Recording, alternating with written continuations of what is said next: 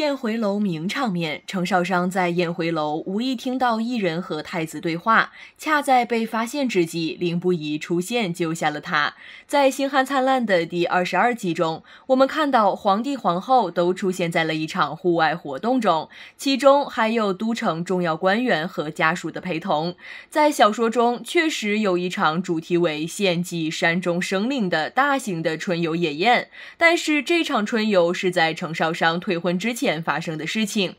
我们说22集剧情看点之前，先要说一下剧版中的春游为什么会放在他退婚之后，还有程少商和凌不疑为什么会一起吊在塔檐下。在剧版中，程少商与楼瑶的退婚被安排在春游的前面，应该有4个原因。其一是为了剧情故事的集中，其二是剧情的集中就会有视觉的冲击，其三凌不疑没有了第3次挖墙脚，凌不疑与程少商在帐篷内是有拉扯动作的，也就是说程少商退婚之后，帐篷内的那一幕不至于让凌不疑的人设崩塌。其四是凌不疑与程少商订婚前的缓冲区。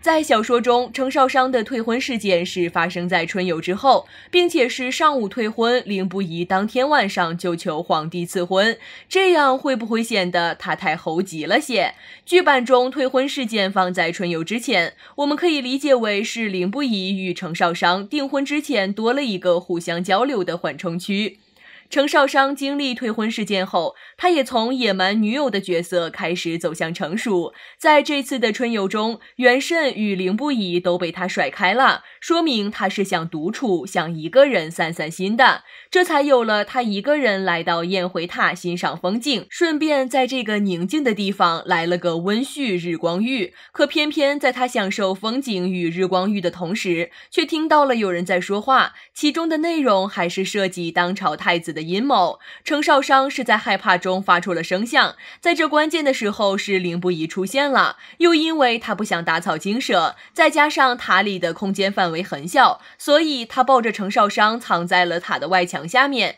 这也是大家在第22集中为什么会看到他们会一起吊在塔檐下的原因。至于说凌不疑为什么会出现在这里，那是因为小说中的他是支持太子的，所以追查谋害太子的事情是他的职责。少商爬得气喘吁吁才来到塔下，只见塔门上写有宴回2字，然后推门而进，同时喊着可有人在，扯着嗓子喊了10好几声后，少商发现这塔里竟然没人，于是回头关上塔门，小心地往里走去。少商平躺到坡度微缓的屋顶上，以袖遮脸，享受这难得的片刻宁静和温煦日光浴。谁知这一躺就迷迷糊糊睡了过去，等再醒来时，日头已偏西了。少商攀着楼梯扶手往下，听见里面有2人在说话，言语听不甚清楚。太子这回见识到快，2个时辰内就找人解释了那谶语，逃过一劫。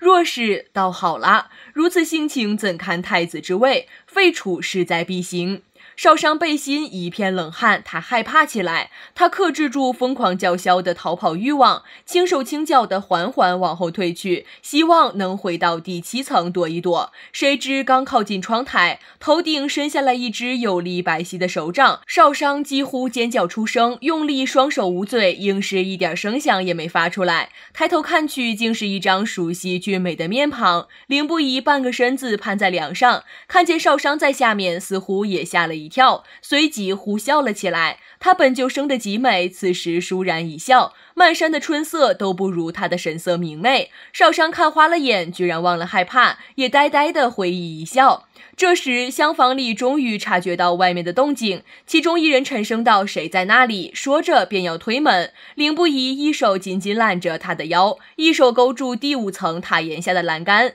，2人就这么搭在塔外。少商不得已牢牢抱住凌不疑。山丘上高处风势猛烈，他臂力有限，几次都险些滑降下去，幸亏凌不疑左臂如同一个坚固的铁圈，将他扣在自己怀中，才不至于掉落。也就是说，《星汉灿烂》的第22集最大的看点就是程少商意外偷听到有人想陷害太子的阴谋，这意味着他以后会卷入朝堂的政治中去。目前宴会塔上的一幕只是一个序而已，接着就是程少商进宫学习礼仪，才是他真正接触到皇家密室的时候。后来更是让他见证了什么是宫斗，什么是争夺皇位。当然，这些都是第2部月升沧海的剧情了。